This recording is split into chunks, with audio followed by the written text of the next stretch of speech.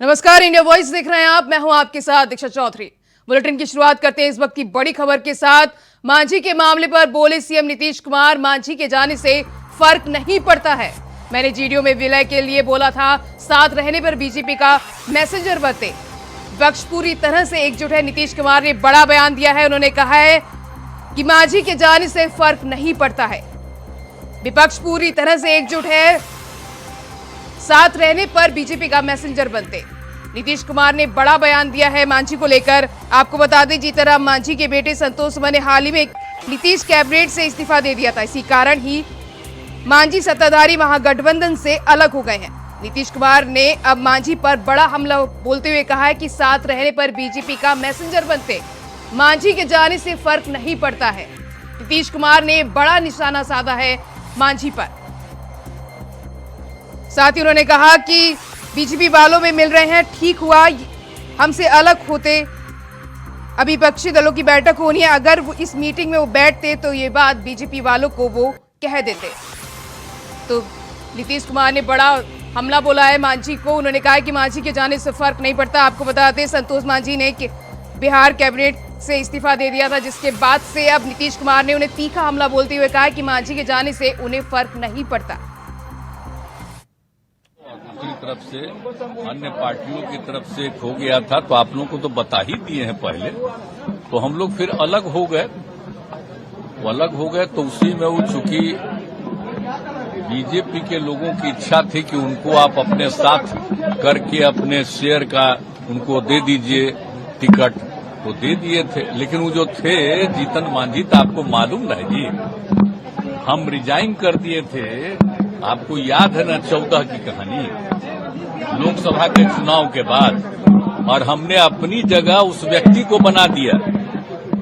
अब वो अभी क्या बोलते रहते हैं उनको नहीं पता है। पार्टी का कोई नहीं चाह रहा था कि आप छोड़िए, तो हम छोड़ के उस आदमी को कोई दूसरा नहीं नाम दिया था। हमने इसलिए सोचा कि हम हटेंगे तो हम एक शेड्यूल कास्ट को बनाएंगे, तो ये हम कर दिए थे। और उसका तो उनका ठीक रूप नहीं था, तो 2 ही महीना के बाद पार्टी का लोग, तो हम शुरू में नहीं माने, बाद में हम स्वीकार कर लिए कि कई लोगों को हटा दिया, तो फिर हम लोग आ गए इधर। वहीं लखनऊ से बड़ी खबर सामने आ रही है। समाजवादी पार्टी की बैठक जारी है। सपा अध्यक्ष अखिलेश यादव बैठक में मौजूद हैं। बड़ी संख्या में कार्यकर्ता पहुंचे हैं पार्टी दफ्तर में। 2024 की तैयारियों में समाजवादी पार्टी जुट गई है। सभी कार्यकर्ताओं से मुलाकात कर रहे हैं अखिलेश यादव। फील्ड में मेहनत करने के लिए दिए जा रहे हैं निर्देश। आपसी गुटबाजी को लेकर भी अखिलेश यादव ने सख्त निर्देश दिए हैं। जिलों में गुटबाजी हुई तो कार्रवाई करने की चेतावनी दी है अखिलेश यादव ने। तो लखनऊ में समाजवादी पार्टी की अहम बैठक चल रही है। इस बैठक में अखिलेश यादव मौजूद है। 2024 की तैयारियों में समाजवादी पार्टी जुट गई है। बड़ी संख्या में कार्यकर्ता पार्टी दफ्तर पहुंचे हैं। इस दौरान अखिलेश यादव ने पार्टी गुटबाजी को लेकर सख्त निर्देश दिए हैं। 2024 की तैयारियों में समाजवादी पार्टी जुट गई है। वहीं जिलों में गुटबाजी हुई तो कार्रवाई करने के अखिलेश यादव ने निर्देश दिए हैं। तो लखनऊ में 2024 की तैयारियों में जुटी है समाजवादी पार्टी। इसी को लेकर अखिलेश यादव लखनऊ में बैठक चल रही है। बैठक में उन्होंने कार्यकर्ताओं को सख्त निर्देश दिए हैं। आपसी गुटबाजी को लेकर उन्होंने कहा है कि सख्त निर्देश दिए हैं। इसके साथ ही जिलों में गुटबाजी हुई तो कार्रवाई करने के उन्होंने चेतावनी दी है। तो 2024 की तैयारियों में समाजवादी पार्टी जुट गई है। इसको लेकर लखनऊ में बैठक चल रही है।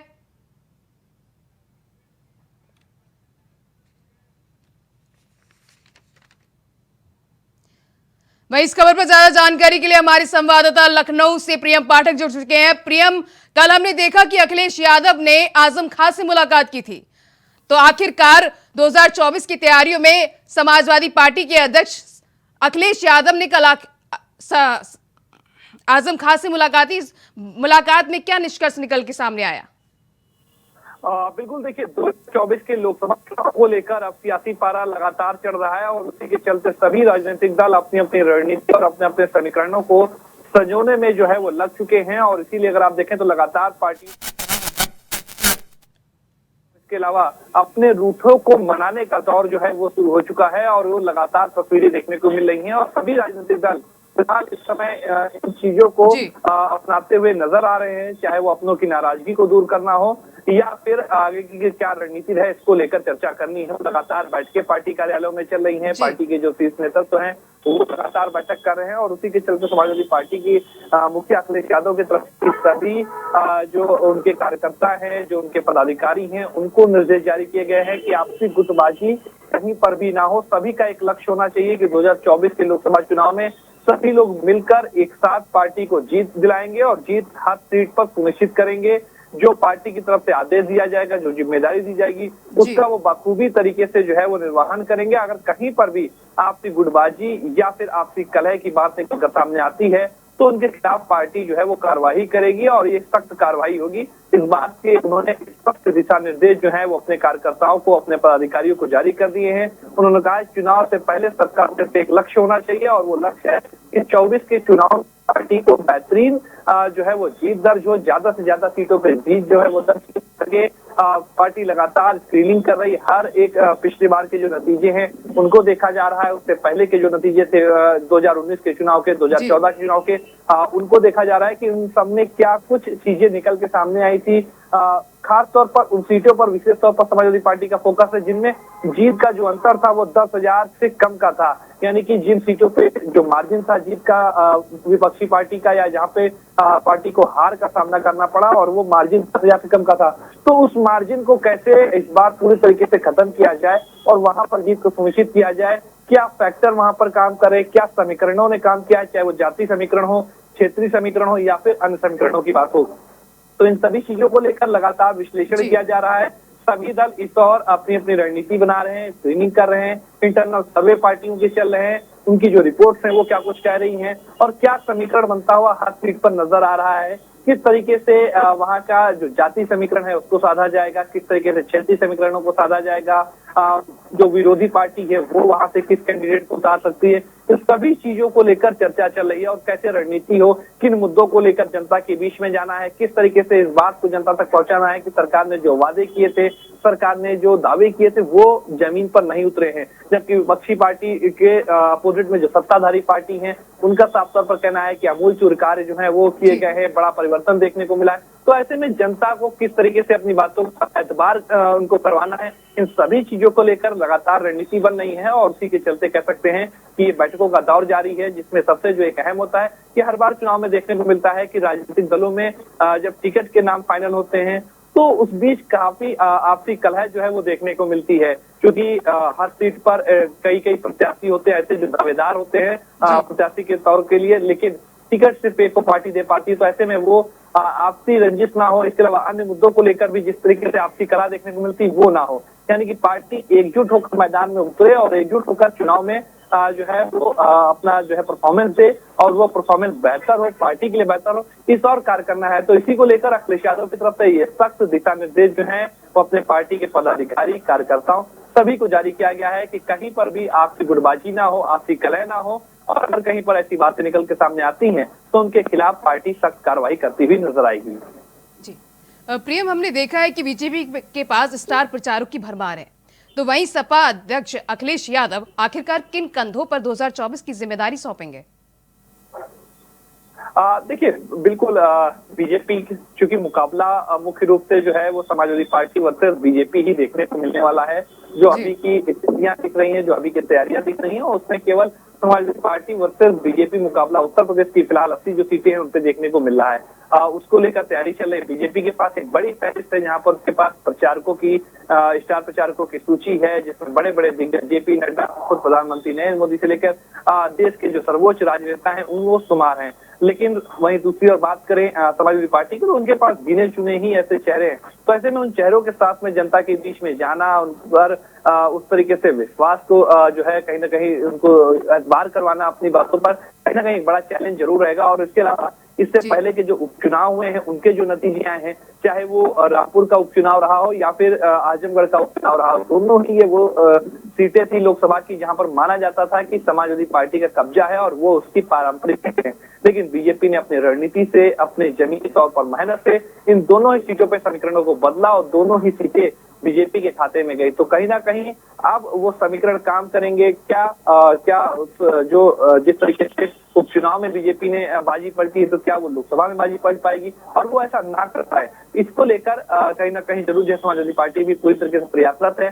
जो सीटें 2019 के चुनाव में जीते थे उनको बचाना है, और जो सीटें कम मार्जिन से हारे थे उनको अपने खेमे में वापस लेकर आना है। तो ये एक बड़ा चैलेंज समाजवादी पार्टी के लिए जरूर रहने वाला है, क्योंकि मुकाबला जो है वो बीजेपी से होगा। बीजेपी के पास रणनीतिकार हैं बड़े बड़े, उसके पास बड़े बड़े स्टार प्रचारक हैं, बड़ी एक टीम है, उनके पास हर एक तरीके से पूरा एक सिस्टम है।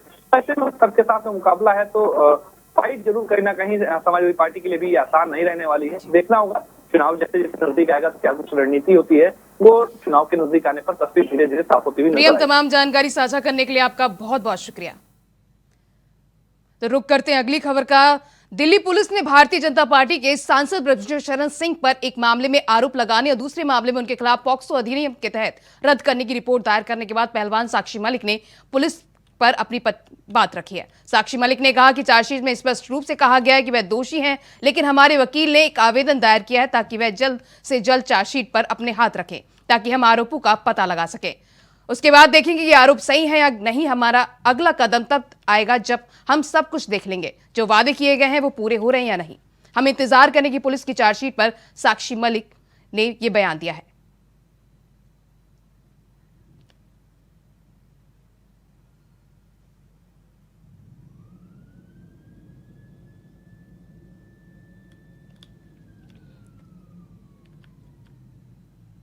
उधर लखनऊ के इंदिरानगर क्षेत्र में एक घर में भीषण आग लग गई, जहां स्थानीय लोगों ने मौके पर पहुंचकर फायर ब्रिगेड को सूचना दी। तो वहीं मौके पर पहुंची दमकल कर्मचारियों ने घर में फंसे बुजुर्गों को ताला तोड़कर सुरक्षित घर से बाहर निकाला। आपको बता दें कि आग में लाखों का सामान जलकर खाक हो गया है। तो वहीं आग लगने की वजह शॉर्ट सर्किट बताई जा रही है।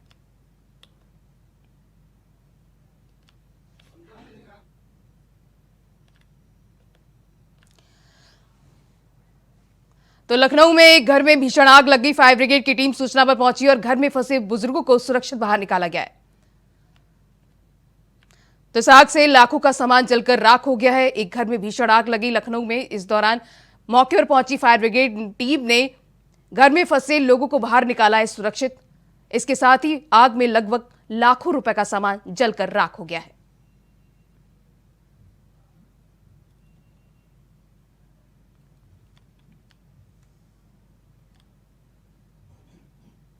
उधर केसरबाग के आरटीओ चौकी के पास भीषण सड़क हादसा हो गया। बता दें तेज रफ्तार से आ रही बाइक का एक्सीडेंट हो गया, जिसमें बाइक सवार युवक की मौके पर ही मौत हो गई। साथ ही एक महिला और बच्चा गंभीर रूप से घायल हो गया। बताया जा रहा है कि सूचना पर पहुंची एम्बुलेंस ने घायलों को उपचार के लिए अस्पताल पहुंचाया है।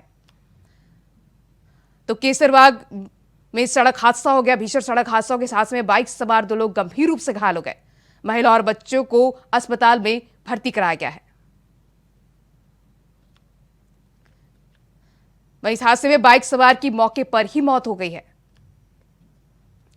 तो केसरबाग में भीषण सड़क हादसा हुआ। इस हादसे में बाइक सवार की मौके पर ही मौत हो गई और 2 घायलों को अस्पताल में भर्ती कराया गया है।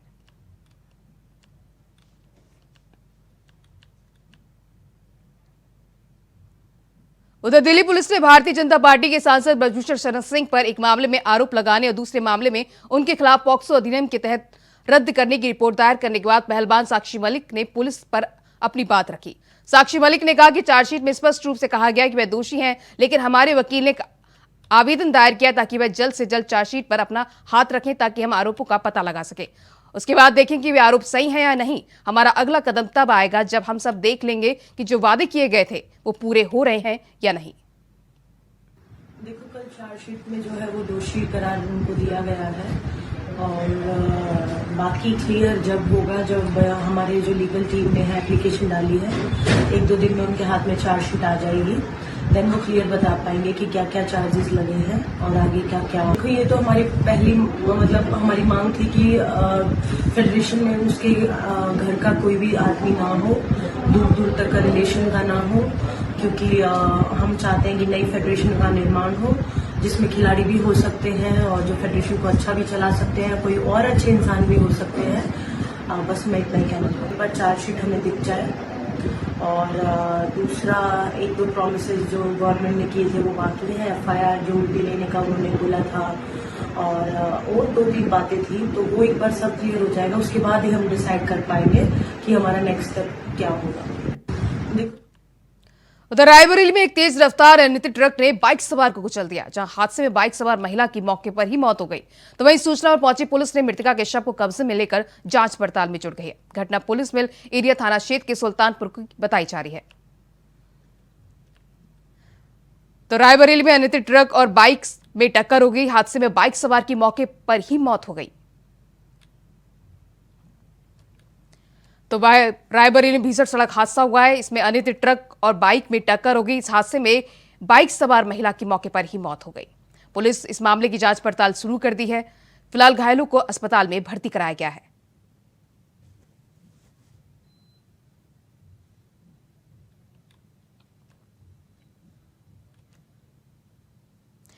वहीं बहराइच केसरगंज कस्बे में स्थित एचडीएफसी बैंक में आग लग गई, जहां आग लगने से अफरा तफरी मच गई। आपको बता दें कि आग लगने की वजह अभी तक स्पष्ट नहीं हो पाई है। आपको बता दें कि अज्ञात कारणों से बैंक में आग लग गई, जहां बैंक परिसर से धुआं निकलता देख सुरक्षा गार्ड ने शाखा प्रबंधन को सूचना दी, जिसके बाद शाखा प्रबंधन ने पुलिस और प्रशासन के अधिकारियों को अवगत कराया। तो वहीं कड़ी मशक्कत के बाद दमकल कर्मियों ने आग पर काबू पाया।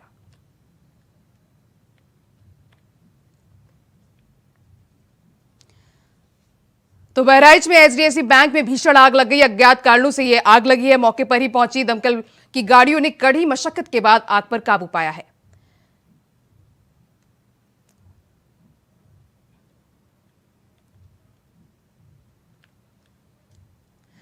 तो बहराइच में एचडीएफसी बैंक में भीषण आग लग गई। आग लगने को कड़ी मशक्कत के बाद फायर ब्रिगेड की टीम मौके पर पहुंची और आग बुझाने की कड़ी मशक्कत के बाद आग पर काबू पाया। फिलहाल अभी आग लगने का कारण अभी फिलहाल सामने नहीं आ पाया है।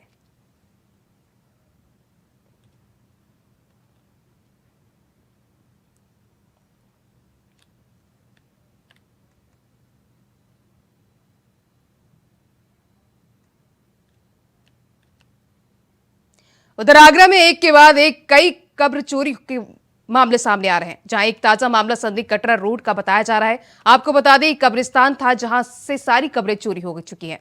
बस एक कब्र बची है। इतना ही नहीं, उस कब्र को भी पेड़ के ऊपर रख दिया गया है। भूमाफिया अपने निजी स्वार्थ के लिए कब्रों की चोरी कर कब्रिस्तान पर कब्जा करने से पीछे नहीं हट रहे और प्रशासन इस सब पर आंखें बंद किए हुए है।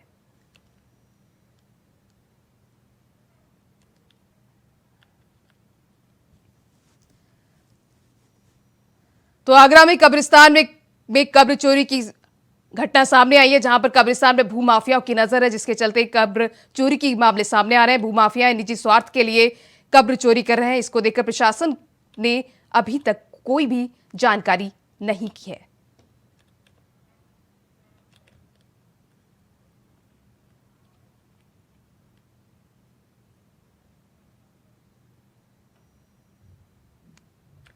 तो आगरा में कब्रिस्तान पे भूमाफियाओं की नजर है। आपको बता दें कि एक कब्रिस्तान था जहां से सारी कब्रें चोरी हो चुकी है। बस एक कब्र बची है। इतना ही नहीं, उस एक कब्र को भी पेड़ के ऊपर रख दिया है।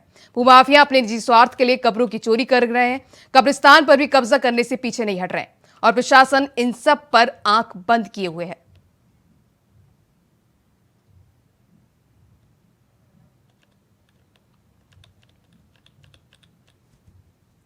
तो आगरा से कब्रिस्तान में कब्र चोरी की घटना सामने आई है, जहां पर कब्रिस्तान पर भूमाफियाओं की नजर है। अपने निजी स्वार्थ के भूमाफिया कब्र की चोरी कर रहे हैं।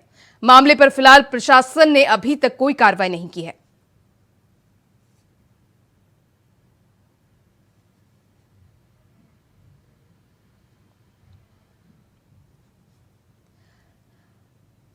तो आगरा में कब्र चोरी की घटना सामने आई है, जहां पे कब्रिस्तान में भूमाफियाओं की नजर है, जिसके चलते कब्र चोरी की घटना सामने आई है। इस दौरान उन्होंने कब्र की चोरी की है। इस दौरान प्रशासन ने अभी तक इसको लेकर कोई भी कार्रवाई नहीं की है।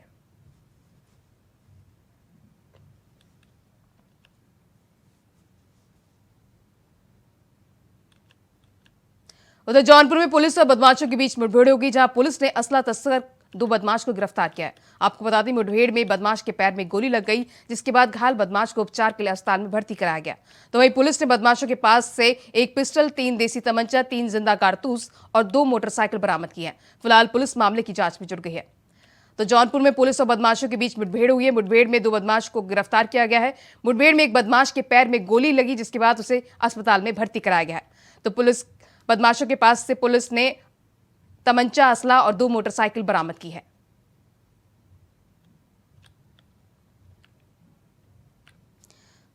तो जौनपुर में पुलिस और बदमाशों के बीच मुठभेड़ हुई है। मुठभेड़ के दौरान 2 बदमाशों को गिरफ्तार किया गया है।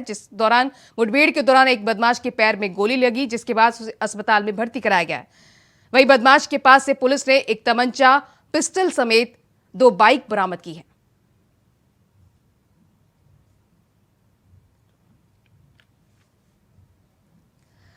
तो जौनपुर में पुलिस और बदमाशों के बीच मुठभेड़ हुई है। मुठभेड़ के दौरान 2 बदमाशों को गिरफ्तार किया गया है। मुठभेड़ के दौरान एक बदमाश के पैर में गोली लगी, जिसे उपचार के लिए अस्पताल में भर्ती कराया गया है। वहीं बदमाशों के पास से असला, तमंचा सहित 2 मोटरसाइकिल पुलिस ने जब्त की है।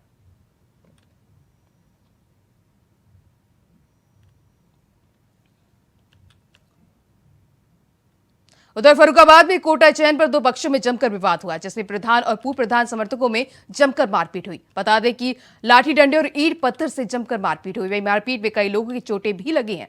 बता दें कि थाना पुलिस को बड़ी लापरवाही सामने आ रही है। बता दें कि सूचना मिलते ही मौके पर नहीं पहुंची थाना पुलिस। बताया जा रहा है कि लाठी डंडे चलते देखकर दोनों सिपाही मौके से फरार हो गए। मामला कोतवाली मोहम्मदाबाद क्षेत्र के मूंडगांव का बताया जा रहा है।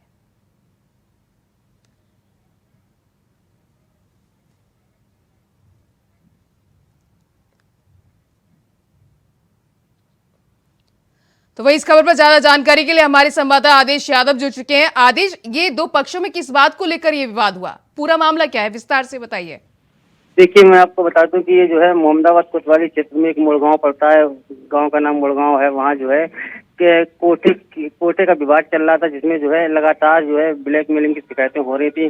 उसी को लेकर जो है शिकायत के बाद जो है अधिकारी मौके पर पहुंचे थे। कोटा चयन की प्रक्रिया अच्छे तरीके से संपन्न कराई गई थी और जो है बड़ी संख्या में लोग वहाँ मौजूद थे। और प्रक्रिया चलने के दौरान जो है एक पक्ष के पूर्व प्रधान ने जो है धांधली का आरोप लगाया। धांधली का आरोप लगाने के बाद जो है पूर्व प्रधान और दोनों पक्ष आमने सामने आ गए। आमने सामने आने के बाद जो है जमकर लाठी डंडे चले। लाठी डंडे चलने के बाद वीडियो में आपको साफ तौर पर दिखाई दे रहा होगा जिस तरीके से वहाँ पत्थर बरसाए गए और ईंटें चली हैं। उस तरीके से वहाँ कई लोग गंभीर रूप से घायल भी हुए हैं।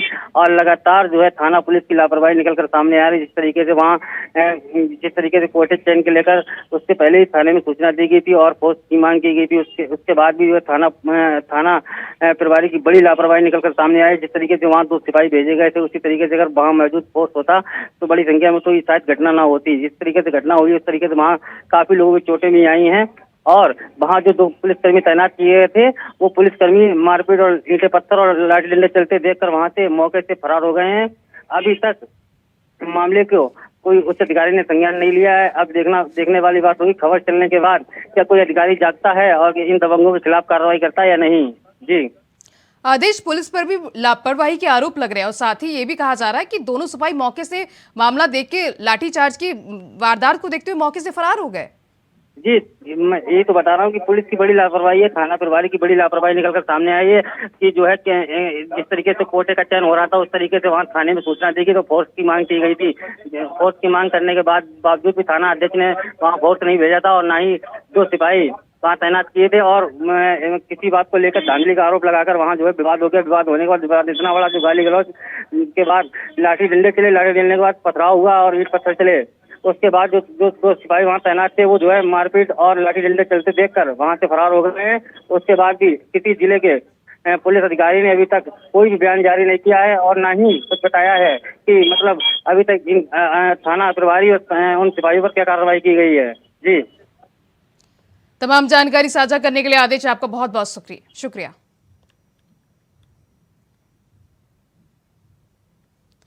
तो वहीं कोटा चयन को लेकर विवाद हो गया 2 पक्षों में, जिसको दौरान काफी ज्यादा लाठी डंडे चढ़े।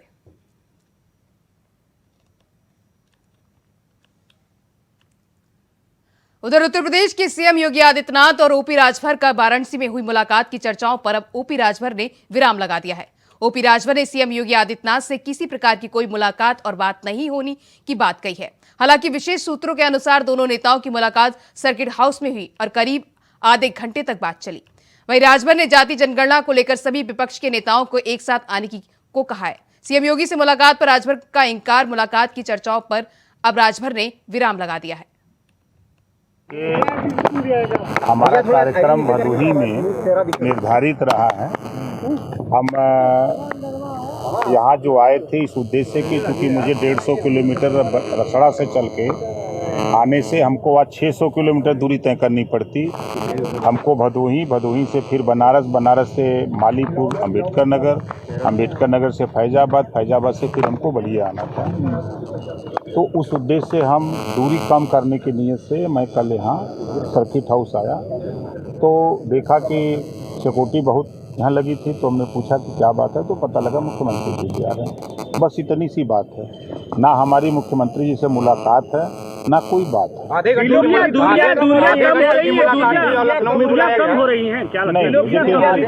नहीं देखिए, जो आप लोग बता रहे हैं इसमें एक पैसे की भी सच्चाई नहीं है। हमारी उनकी मुलाकात ही नहीं हुई तो फिर आधे घंटे या 10 मिनट की बात का कहा जाए? नहीं देखिए, हम कोई भी बात आप लोगों के सामने बोलते हैं ना तो वो सही बोलते हैं, हम झूठ नहीं बोलते। मैं फिर कह रहा हूं कि हमारी कोई मुलाकात नहीं है, ना अभी हमारी किसी बीजेपी के नेता से गठबंधन के संबंध में कोई बात। फिलहाल इस बुलेटिन में बस इतना ही। इंडिया वॉइस पर खबरें लगातार जारी हैं। नमस्कार।